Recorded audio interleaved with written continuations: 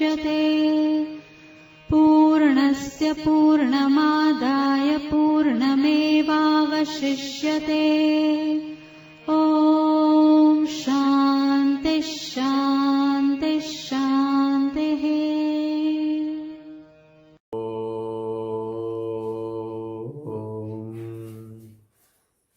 भद्रं कर्णेभिः शृणुयाम देवाः।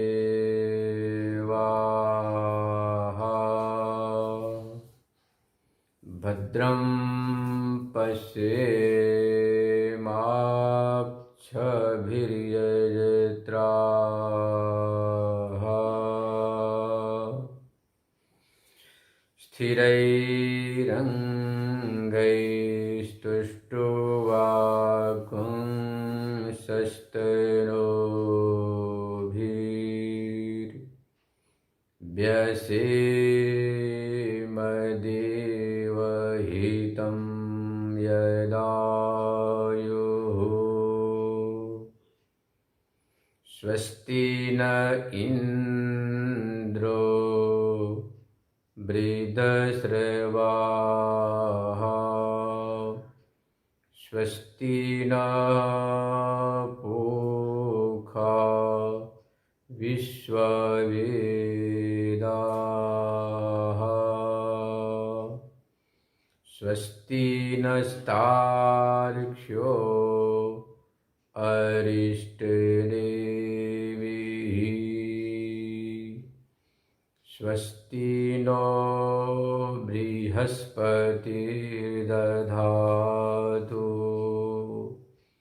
ॐ शान्तिः शान्तिः शान्तिः। अथर्ववेदीय मांडुक्य उपनिषद के 7वें मंत्र का 17वां श्लोक पर हम लोग विचार कर रहे थे। पहले उच्चारण। प्रपंचो यदि विद्येत निवर्तेत न संशयः। माया मात्रमिदं द्वैतम् अद्वैतं परमार्थतः। आचार्य कह रहे प्रपंचो यदि विद्येत निवर्तेत न संशयः।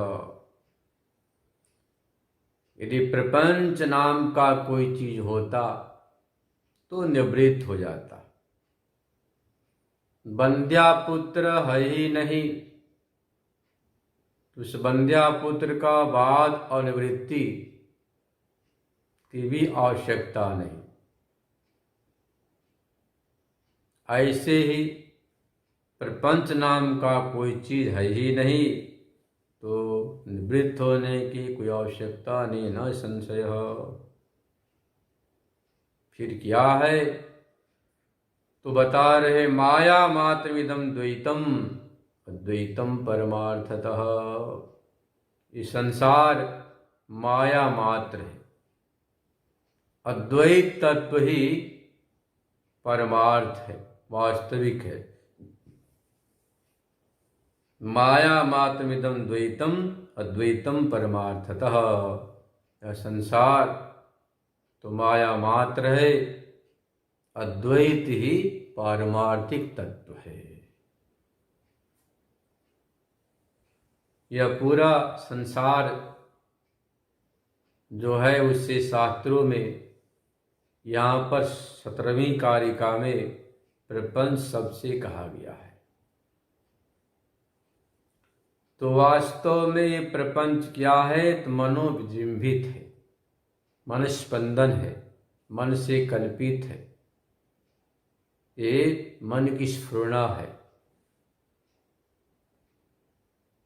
एक जैविक सृष्टि होती है, दूसरी ऐश्वर्य सृष्टि बोलते हैं। तो जो ईश्वरीय सृष्टि है वह तो आपके साधना का साधक है और जो जैविक सृष्टि है वह आपके साधना का, लक्ष्य का, परमार्थ का बाधक है। साधकता बाधकता का निर्णय उसके वृत्ति पर होती है। जो ईश्वरकृत सृष्टि है उसमें तो आपके हित कल्याण की भावना से की गई। जिस प्रकार से घर में माता पिता अपने संतति के कल्याण के लिए भविष्य को विचार करते हुए बहुत ही अच्छा मकान बनाते हैं, कारोबार भी खोलते हैं, दुकान खोलते हैं और नित्य नए नए जमीनें प्लॉट लेके रख देते हैं ताकि हमारा बेटा है, बेटा का पोता होगा, परपोता होगा तो उसके काम आएगा। इसी प्रकार से सर्वांतर्यामी परमात्मा है, एको हम बहुश्यामा, जो एक में वह द्वितीय है, वह बहुभवनम बहुत हो गया। वही परमात्मा जड़ चेतन रूप से परिणत हो गया। वह आकाश बना, वायु, अग्नि, जल, पृथ्वी, औषधियाँ, वनस्पतियाँ सब कुछ उसी वह परिणत हो गया। तो यदि हम माने विवर्तवाद उसी की सब कुछ है, समझो कि विवर्त है, कल्पना है। और परिणाम माने वह जो परमात्मा है निमित्त है और माया के द्वारा सब आपका संसार सर्जन होगा। पर यह जो संसार है ईश्वरकृत है, जो परमात्मा ने बनाया, तो ईश्वरकृत जो संसार इतना बड़ा विस्तृत दिखाई दे रहा, बड़ा भारी समुद्र है, नदियां हैं, बड़े बड़े वृक्ष हैं, पेड़ हैं, आपको खाने के लिए मीठा आम का फल बनाया, तो नींबू का फल बनाया, इमली का फल बनाया, अनेक प्रकार की औषधियाँ बनी, धान है, गेहूँ है, चना है, मटर है, मसूर है, उड़द है, ये जो आपको औषधियाँ बनी, वनस्पतियाँ बनी। तो परमात्मा ने आपकी साधना में बाधक न हो, असना पिपासा को शांत करने के लिए इतना अच्छा निर्माण किया। परंतु जो जैविक सृष्टि है उसमें मोह लगा देती है कि यह मेरा, यह जो दिखाई दे रहा है, यह मकान मेरा, यह दुकान मेरा, यह तेरा। तो ये मेरा तेरा का जो भावना है, ये जो मेरे तेरे की जो भावनाएं हैं, जो संकल्प है, विकल्प है, जो इच्छा है, जो तृष्णा है, तो आप अपने सृष्टि का विस्तार करते हैं, विकास करते हैं और दूसरे के सृष्टि के विषय में कोई आपकी भावना नहीं होती है। तो जहाँ पर मैंपन आया जैविक सृष्टि हो गई, यही बाधक है। हालांकि आपकी नहीं है, आपके लिए है। वास्तविकता यह है यह आपके लिए है, परंतु आपने जो यहाँ पर अपना मुहर लगा दिया, जिसको बोलते आसक्ति, ममता, यही बंधन कारक है, यही आपकी साधना का बाधक है। जब आप ध्यान में, साधना में, मन जप में तल्लीन होते तब भी आपके मन में वृत्ति होती है, आपके मन में वृत्ति होती है कि यह मेरा है, इसका मैं स्वामी हूँ, इसका मैं अध्यक्ष हूँ, इसका मैं ट्रस्टी हूँ। यह जो वृत्ति है यही आपके साधना का बाधक है। एक महात्मा कहते थे, चार पर भरोसा कभी नहीं करना। दृष्टि, सृष्टि, वृष्टि और ट्रष्टि, यह दृष्टि कब पतित हो जाए कोई भरोसा नहीं, वृष्टि का कोई भरोसा नहीं, कब वर्षा शुरू हो जाए। दृष्टि और उसके बाद कर दिया वृष्टि, फिर सृष्टि संसार, चौथा ट्रष्टि। इन चारों को चक्कर लगाती है भ्रष्टि, कब भ्रष्ट हो जाए कोई भरोसा नहीं। तो नारायण जरा सावधान रहना पड़ता है। सावधानी के नाम ही साधना है। तो यहाँ बता रहे कि जो प्रपंच है वास्तव में होता तो हटता। ईश्वर की जो सृष्टि है वह तो जस की तस रहेगी। आपके चाहने से न चाहने से, सोचने से न सोचने से कि संसार मिथ्या सत्य कुछ फर्क नहीं पड़ने वाला है। आप चाहे कितनी कल्पना कर लो। हाँ, वेदांत जो जैविक सृष्टि है, जो आपसे के मन से कल्पित है, मन का स्पंदन है, मन से जिम्भित है, जो मन से विजृंभित है, उसके विषय में कहता कि भाई वह होता तो निवृत्त होता नहीं, वह है नहीं। आशा मोदक के समान है। जिस प्रकार कोई आदमी पेड़ के छाया में बैठता है और विचार करता है कि हे भगवान, भूख लगी, अच्छा भोजन मिल जाता तो बहुत बढ़िया, की कृपा होती, इस प्रकार से वह सोचता है। थोड़ी देर के बाद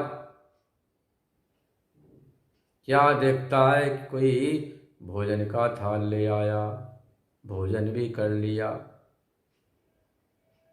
अब भोजन करने के बाद जम्हाई आने लगे आ करके, हे भगवान, अच्छा पलंग होता तो बड़े मन से थोड़ा आराम करता, सो जाता। कैसे खाट भी आ गई, आराम भी कर लिया।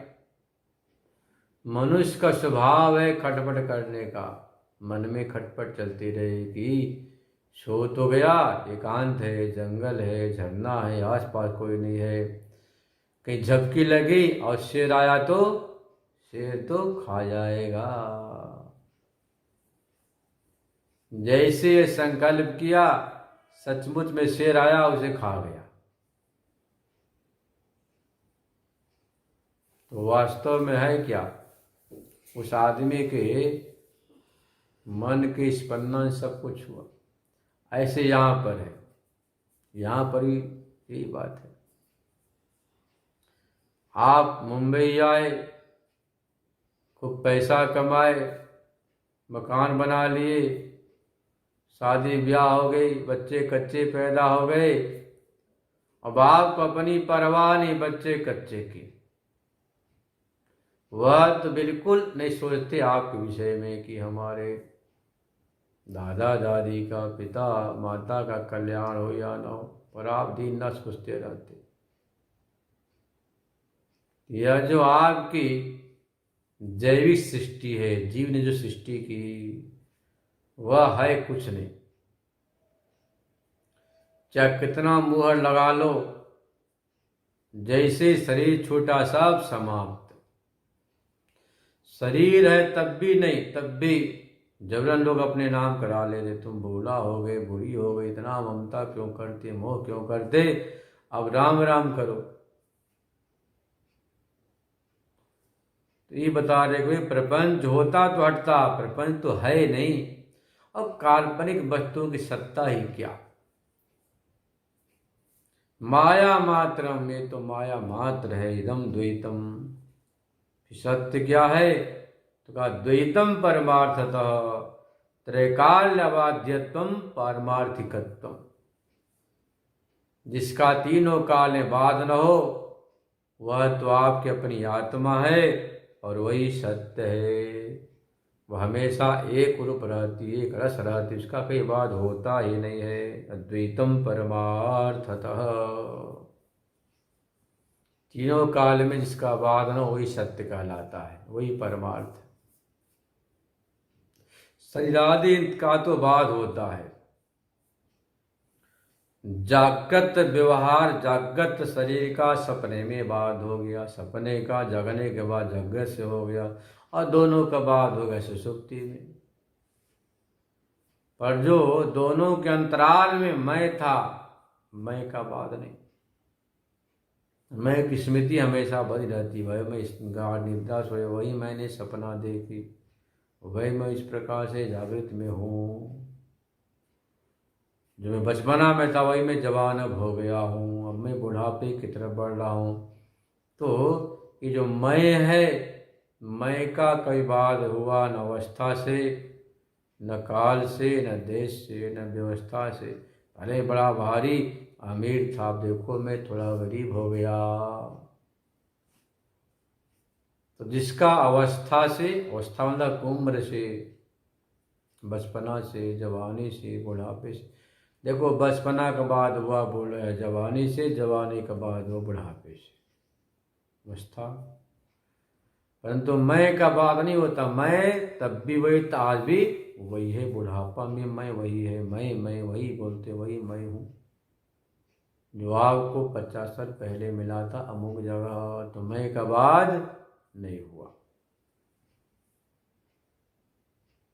व्यवस्था, पहले आप अमीर थे, बोलते अब तो मैं गरीब हो गया, कोई पूछता नहीं, तब भी मैं वही है। अवस्था, व्यवस्था, और फिर देश। पहले मैं मुंबई था, मैं हरिद्वार आ गया हूँ, और मैं वही है, जो मैं था मुंबई वही मैं हरिद्वार है। तो देश से बात नहीं हुआ। तो चाहे अवस्था हो, व्यवस्था हो, देश हो, चाहे काल हो, जिसका कई बाद न हो, वही सत्य, वही परमार्थ है, वह है आत्मा का स्वरूप। अद्वैतम परमार्थ। अद्वैत मतलब उसमें जरा द्वैत नहीं। प्रत्येक प्राणी अपने को मैं ही पुकारता, चाहे बच्चा हो, बालक हो, वृद्ध हो, चाहे किसी मजहब, अपने को मैं। भाषा का भले ही फर्क पड़ जाए, कोई आई कहता, कोई अहम कहता, कोई मैं कहता, कोई कुछ कहता, पर है वही। तो यह जो अद्वैत है, पारमार्थिक तत्व। भाष्य। प्रपंच निवृत्तिया चेत प्रतिबुद्धते अनिवृत्ति प्रपंचे कथम अद्वैतमिति उच्यते। सत्यमेव, प्रपंच की निवृत्ति हो जाए, प्रतिबुद्धते, जब वह स्वरूप में जग जाता तो प्रपंच की निवृत्ति हो जाए। तो प्रपंचे कथम अद्वैतम, और अनिवृत्ते कहा, प्रपंच की निवृत्ति न हो, प्रपंच जस का तस यदि बना रहे, तो फिर अद्वैत कैसे? एक तरफ प्रपंच, दूसरी तरफ आपका वह जो मैं, तो फिर अद्वैत कैसे हुआ? वही करे कि अनिवृत्ते प्रपंचे कथम अद्वैतमिति। प्रपंच की निवृत्ति नहीं हुई तो फिर अद्वैत कैसे? तो उत्तर दिया, उच्चते ग्रंथ से कह रहे हैं। सत्यमेव, आप ठीक कह रहे। स्यात् प्रपंचो यदि विद्येत रज्ज्वां सर्पिव कल्पितत्वात् न तु स विद्यते विद्यमानश्चेत् न निवर्तेत न संशयः। कहते हैं कि यदि प्रपंच नाम का कोई वस्तु होता, पदार्थ होता, चीज यदि होता, तो निवृत्त होता। जब है ही नहीं तो निवृत्त अनिवृत्त की बात ही क्या, सवाल ही पैदा नहीं होता है। कोई चीज है नहीं तो उसके निवृत्ति अनिवृत्ति का कोई सवाल ही पैदा नहीं होता। तो प्रपंच है ही नहीं, तो जो आपने कहा कि वह निवृत्त नहीं होगा, तो अद्वैत कैसे होगा? सो बात ही या सवाल ही खड़ा नहीं होता। यह प्रश्न ही निरर्थक है। जिस प्रकार से रज्ज्वां सर्प इव कल्पितत्वात् न तु स विद्यते, रस्सी में सांप कल्पित है, इसलिए न सवेत्य वह है ही नहीं। रस्सी में सांप यदि होता तो सांप का हम वाद करते, सांप की निवृत्ति होती। वास्तव रस्सी में सांप तो है ही नहीं। विद्यमान चेत निवर्तेत न संशय। यदि वास्तव में रस्सी में सांप विद्यमान होता तो निवृत्त होता, पर रस्सी में सांप तो मौजूद ही नहीं, उसको डंडे से मारने की जरूरत ही नहीं, न भगाने की, न पकड़ने की, न फोन करके सांप को पकड़ने वालों की जरूरत है, तो है ही नहीं, सीधी बात। ऐसे ही प्रपंच नाम का कोई चीज है नहीं, इसलिए उसको निवृत्त करने के भी आवश्यकता ही नहीं, जरूरत ही नहीं है। इसीलिए यह जो शंका किया था कि प्रपंच के अनिवृत्त होने पर प्रपंच का वाद न हो तो अद्वैत की सिद्धि कैसे होगी, यह प्रश्न ही निरर्थक हो गया, प्रश्न ही खंडित हो गया। रज्ज्वाम सर्प इव कल्पितत्वात् न तो सविद्यते। रस्सी में सांप जैसे कल्पित है, कल्पित वस्तु कोई सत्ता नहीं होती है, मात्र प्रतीति काल तक सत्ता होती है।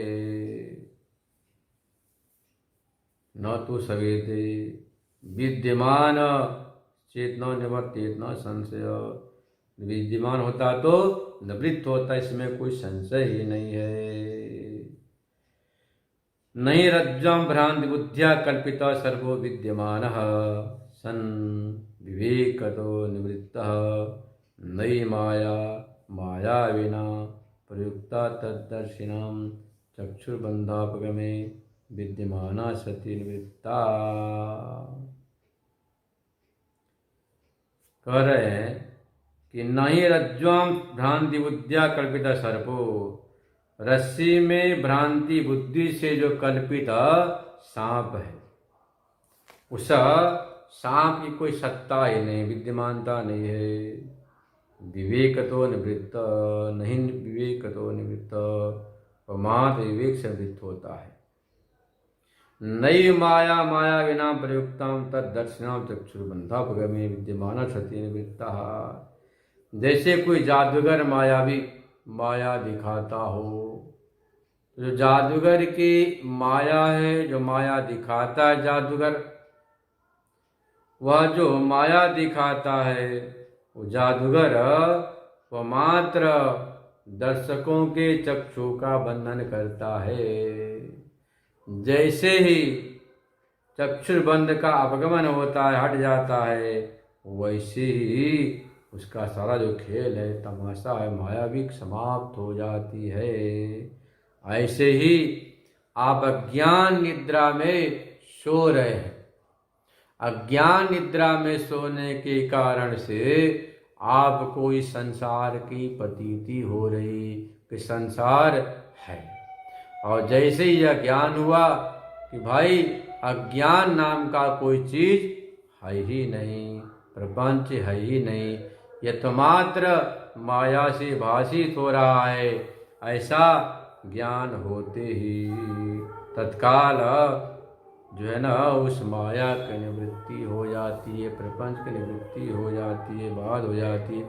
यह भी मात्र शब्दों का प्रयोग है, वास्तव में कुछ है नहीं, परंतु जो हम बोलते हैं वह मात्र एक शब्द प्रयोग मात्र ही है, क्योंकि वास्तव में होता तो निवृत्त होता, पर कल्पना से खड़ा है, इसलिए हम काल्पनिक वस्तु की निवृत्ति एक समझने समझाने के लिए कहते हैं कि भाई रोशनी लाई तो अंधकार छटा, अंधकार छटा तो वस्तु का दर्शन हो गया, रज्जु का, रज्जु का दर्शन साक्षात्कार होते ही सांप निवृत्त। तो सांप था नहीं, पर निवृत्ति जो कहते हैं वह मात्र शब्द प्रयोग है। तो वही बात यहाँ बता रहे कि भाई यहाँ पर प्रपंच नाम का कोई वस्तु होता तो निवृत्त होता, कोई वस्तु है ही नहीं, इसलिए निवृत्ति का सवाल ही पैदा नहीं होता। तथेदं प्रपंचाख्यम माया मात्रम द्वैतम रज्ज्वन्माया विवच्चद्वैतम परमार्थः तस्मान् न कश्चित् प्रपंच प्रवृत्तो निवृत्तो वास्ति प्रायः। इससे क्या सिद्ध हुआ? ये जो प्रपंच है ये क्या है? माया मात्र है। तो माया मात्रम द्वैतम, जो प्रपंच है कैसा है? तो माया मात्र है। तो माया मात्र द्वैत होने के कारण से कैसे रज्जुवत मायावी, रस्सी में जैसे दिखाई पड़ता सांप, या जादूगर जो अपनी जादू दिखाता है, ऐसे संसार है। अद्वैतम परमार्थ तस्मान् न कश्चित् प्रपंच प्रवृत्तो निवृत्तो वास्ति प्रायः। इसलिए तो कोई प्रपंच प्रवृत्त है न निवृत्त होता है। तो प्रपंच नाम का कोई चीज होता तो निवृत्त होता। इससे क्या सिद्ध हुआ? तो वास्तव में कुछ है ही नहीं, यह मात्र अविद्या से इस प्रपंच की प्रतीयमानता है।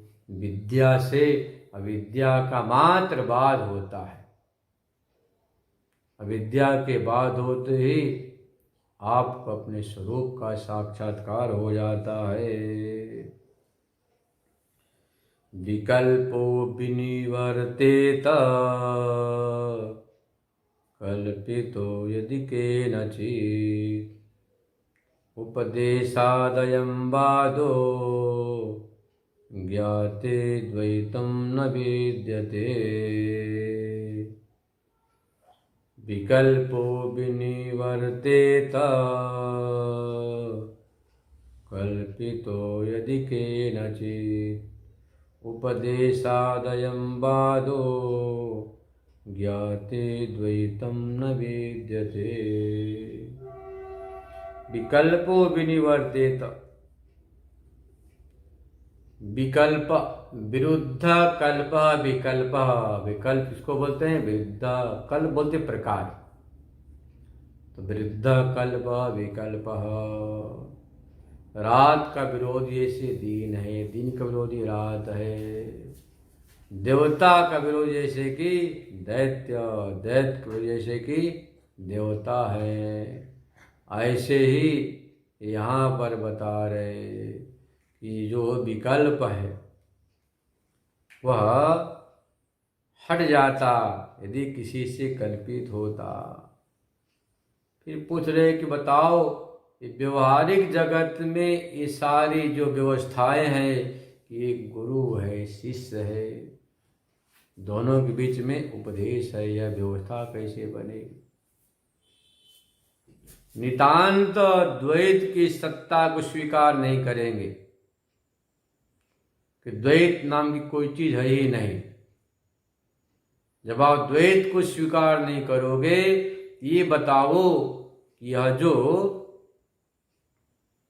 व्यवहारिक जगत में व्यवस्था है, व्यवहारिक व्यवस्था क्या है कि गुरु महाराज शिष्य जी है ना, यह पिताजी पुत्र, ये माँ ये बहू, यह सास ये बहू, ये माँ ये बेटी, ये स्वामी ये सेवक, ये व्यवस्था कैसे चलेगी? सब जब एक हो जाएंगे, द्वैत हो जाएंगे, तब तो बड़ी अव्यवस्था हो जाएगी, बहुत बड़ी अव्यवस्था हो जाएगी। तब कहते ऐसी बात नहीं। हम पारमार्थिकत्वेन द्वैत का निषेध करते हैं, याद रखना है। वेदांत का सर्वोच्च ग्रंथ है। अब आजकल खुद बस कौमुदी भी नहीं पढ़ते हैं, बन जाते बड़ी कथाकार। बड़े बड़े भागवताचार्यों को पूछ लो, पंचसंधि नहीं आती होगी, बड़े बड़े के बात में, छोटे मोटे के नहीं। जो कि स्पष्ट लिखा है कि विद्यावताम भागवते परीक्षा, भागवत विद्वानों की कसौटी है, परंतु व्याकरण नहीं, न्याय नहीं, मीमांसा नहीं, षडंग नहीं, और सीधे भागवत का पोथा लेके सुनाने लग जाते। आप भी कहते बहुत सुंदर सारो कथा छे, सुंदर कथा छे, खास सारो छे। ऐसे है जैसे कठोपनिषद में कहा गया है, अविद्यायां वर्तमानाधीरा स्वयं दंद्रमना पर्यन्ति मूढ़ा अंधेनैव नियमाना यथांधा, अंधेनैव नियमाना यथांधा। जैसे कोई अच्छी गाड़ी हो, ड्राइवर अंधा हो। अब विचार करो, 300 सीटों वाले कोई अच्छी बस हो, और वह बस जो है ना जमीन पर चलती हो, आकाश में उड़ती हो साथ साथ, और ड्राइवर बैठ जाए अंधाराम प्रज्ञा चक्षु। तो ड्राइवर यदि सारथी प्रज्ञा चक्षु होगा तो अब विचार करो, उड़ाएगा हेलीकॉप्टर तो कहाँ गिरेगी जाएगी वो? वह जो आपका वाहन है, व्हीकल है, जो गाड़ी है, कहाँ गिरेगी? खड्डे में, समुद्र में, पानी में। स्वयं मरेगा दूसरे को मारेगा। वही तो आजकल हो रहा है। ये सब कलयुग के जीव हैं। देवी भागवत में स्पष्ट कर दिया, देवी भागवत में, ये कलयुगी जीवहा, कलयुग के प्राणी, कलयुग के जीव। इन्हें तो अंधा गुरु अच्छा लगता है। श्रोत्रिय ब्रह्मनिष्ठ गुरु के पास नहीं जाते हैं, अंधे गुरु के पास। और बाद में क्या बोलते, महाराज हमारी इस लोक की कामना सिद्ध नहीं हुई, फिर परलोक की कहाँ सिद्ध होगी? तो अंधे नैव नियमाना यथांधा की तरह से आप जो है ना गुरु बनाते हैं, जिसको बोलते हैं कान फूकने वाला गुरु। बस वही होता रहता है। गुरु कसौटी क्या है? श्रोत्रिय ब्रह्मनिष्ठम गुरु में विगच्छेत समित पाणी। श्रोत्रिय ब्रह्मनिष्ठ सदगुरु के पास जाना चाहिए, यह कसौटी है।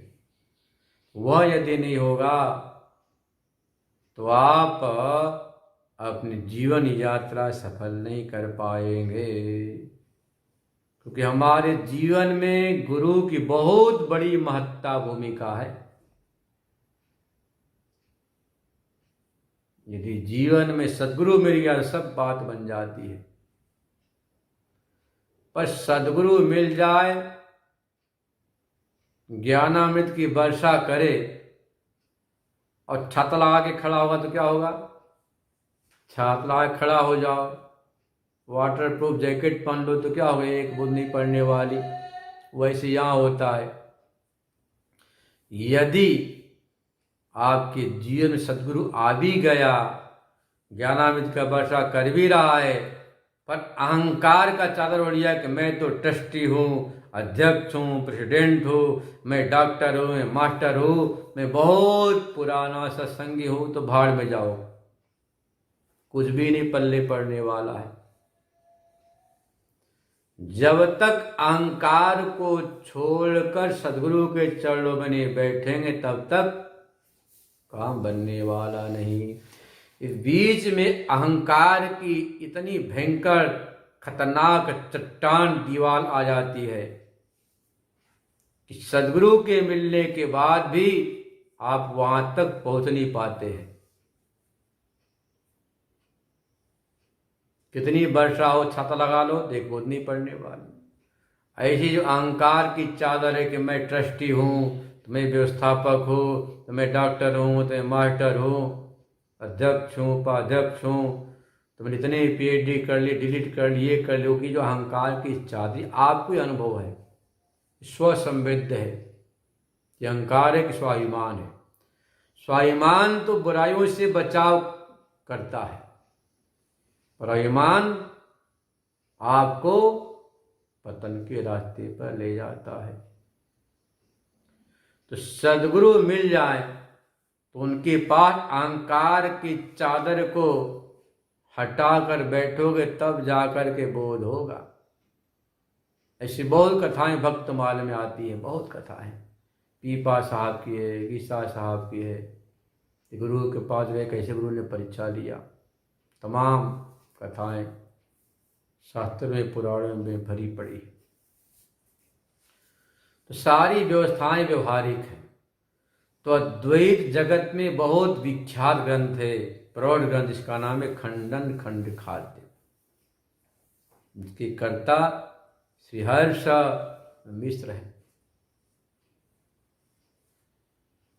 उन्होंने खंडन खंड का खाद्य में लिखा, अत्यंत प्रमाणिक ग्रंथ है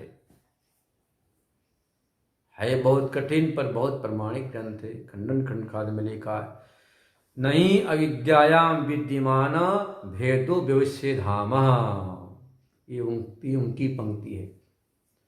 नहीं अविद्यायाम विद्यमानो भेदो व्यवच्छेदाम। अविद्या के धरातल पर विद्यमान जो भेद है उसका हम खंडन नहीं करते हैं, वह भेद बना रहे। हम पारमार्थिकत्वेन जो द्वैत उसका खंडन करते हैं कि द्वैत है, व्यवहारिक मानो, कोई क्षति नहीं है, चलेगा, कोई क्षति नहीं। यदि आपने इस द्वैत को पारमार्थिक मान लिया तो सारी समस्या खड़ी हो जाती है। तो भाइयों, इसको आप पारमार्थिक नहीं मानना। यदि आप मानोगे व्यवहारिक तो चलेगा, व्यवहार मानो, अच्छी बात है, मानना ही पड़ेगा आपको कि मैं जो है ना अध्यक्ष हूँ, प्रधानमंत्री हूँ, राष्ट्रपति हूँ, मंत्री हूँ, विधायक हूँ, है ना, ट्रस्टी हूँ, व्यवस्थापक हूँ, महात्मा हूँ, सेठ जी हूँ, सेवक हूँ, स्वामी हूँ। ये व्यवहारिक जो स्वाभिमान है, ईमान स्वाभिमान, यह तो आपके कर्तव्य का बोध कराता है कि आपका कर्तव्य है। और निष्काम कर्तव्य, भगवत प्रीत्यर्थ जो कर्तव्य कर्म होता है, वह चित्त को शुद्ध करके परमात्मा तक पहुंचने का साधन बन जाता है। एक ही कर्म है, चाहे व्यवहारिक हो या शास्त्रीय हो। यदि आप उस कर्म को, कर्तव्य को निष्काम मतलब भगवत प्रीत्यर्थ करो कि अनेन विश्वात्मा प्रियंताम नमः, मेरा कुछ नहीं, वही परमात्मा सब कर रहा, करवा रहा, इससे वह प्रसन्न हो। यदि आपकी ऐसी भावना है, ऐसी भावना होगी तो वह विश्वात्मा परमात्मा प्रसन्न होगा और वह कर्म आपको बंधन में नहीं डालेगा, बल्कि वह कर्म आपको बंधन से छुटकारा दिलाएगा। क्योंकि भगवान श्री कृष्ण ने गीता में बताया है कि यज्ञार्थात् कर्मणो न्यत्र लोकोऽयं कर्म बंधनः।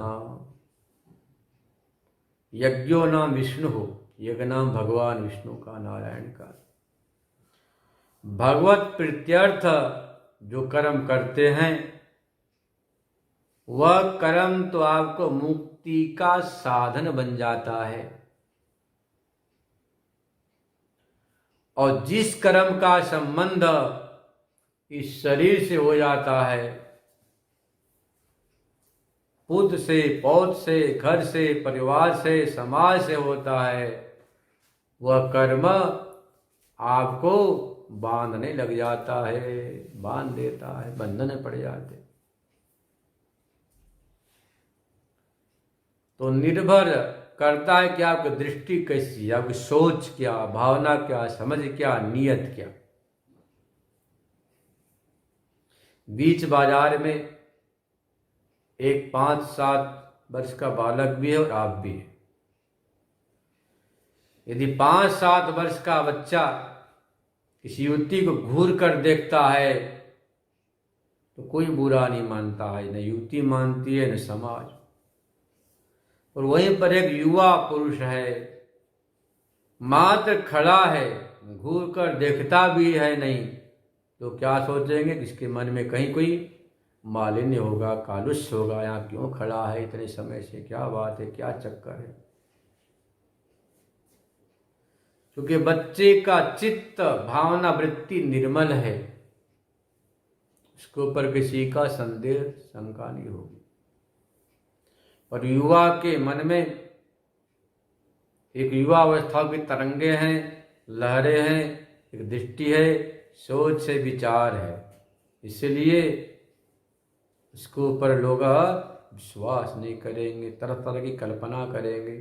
भाई क्यों घंटे से खड़ा था, खड़ा हुआ घंटा तो बोलेंगे 4 घंटे से खड़ा था, बेचारा खड़ा हुआ बस स्टैंड पर 1 घंटा, लोग क्या बोले, हाँ 4 घंटे से मैंने देखा।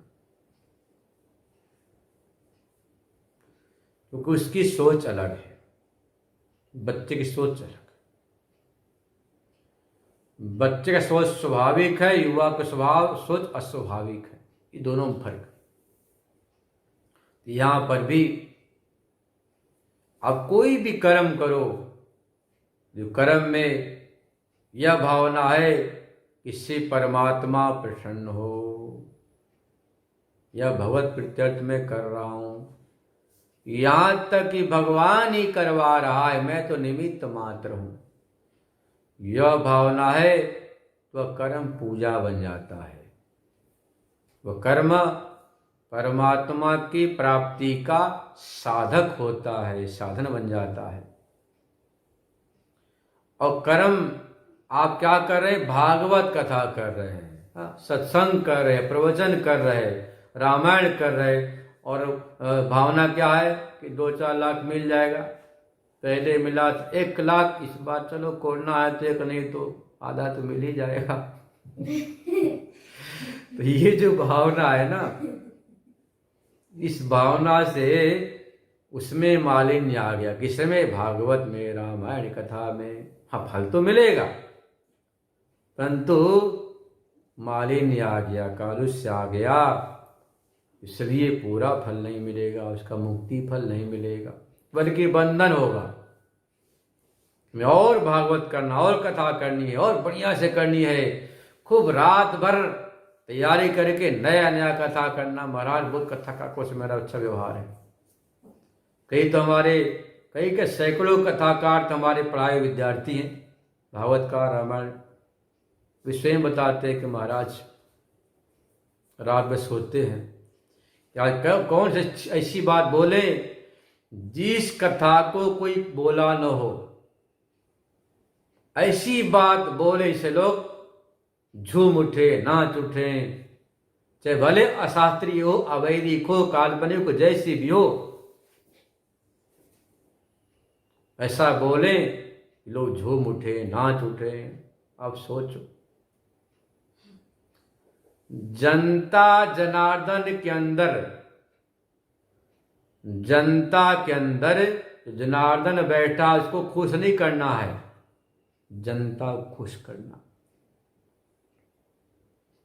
यदि आपकी ऐसी भावना हो कि जनता के भीतर जो बैठा जनार्दन उसको प्रसन्न करना है, तब तो आपकी सफल है वह यज्ञ, अनुष्ठान, कथा, संकीर्तन, भागवत, रामायण, सत्संग, तब तो सफल है। तो यह लक्ष्य हो जाए कथाकार की, सुंदर बढ़िया बनाकर इन्हें कथा करो, खूब मोटा दक्षिणा मिले, पैसा मिले, तो आपका वह जो कथा भागवत वैसे जैसे कि एक व्यापारी का व्यापार है, राजी हो चुका है। आज इन कथाकारकों ने कथा को व्यापार बना डाले से का फल समाप्त हो गए। ये भागवत में भी लिखा, महात्मा कथा में, ये कर्ण लोभे न, धन के लोभ से कथा करते, इसलिए कथा सारतो गत, कथा सारस्ततो गतः, कथा सार समाप्त हो गया। चाहे कोई भी आप कर्म करो, यदि आपकी वृत्ति है, भावना, सोच है कि भगवान प्रसन्न हो, परमात्मा प्रसन्न हो, इस समय मुक्ति मिले, कल्याण हो, तो वह तो पूजा हो गया। और पूजा ही कर रहे घंटों, भागवत ही कर रहे, रामायण कर रहे, पर भावना टके पर टकाटक पर है, तो टकाटक वाला व्यापार हो जाएगा, वो कथा नहीं कहलाएगी। हाँ, दुनिया की आंख में धूल तो झोंक दोगे कि हमने 100 कथा कर ली, अच्छी कथा कर ली, 100 प्रवचन कर लिया, अच्छा प्रवचन करता हूँ, मुंबई का मशहूर में प्रवचनकार हूँ, पर आपको यहाँ पता है कि अंदर क्या चल रहा है। इसलिए कह दिया कि नहीं अविद्यायाम विद्यमान भेद विषय धाम। अविद्या में विद्यमान भेद का हम निषेध नहीं करते हैं, वह बना रहे, कोई क्षति नहीं है। पर पारमार्थिकत्व जो हमने संसार को सत्य मान लिया, द्वैत मान लिया, इसका निषेध करते ही आपके साधना का, भगवत प्राप्ति का प्रतिबंधक है। यदि आपके बुद्धि में जगत सत्यत्व है कि संसार सत्य है, तो भाई आप इसी के पीछे भागते रहेंगे, कि परमात्मा की प्राप्ति हो नहीं पाएगी। इसलिए यहाँ पर निषेध कर दिया। शेष कल विचार करेंगे। ओम पूर्णमद पूर्णमिदं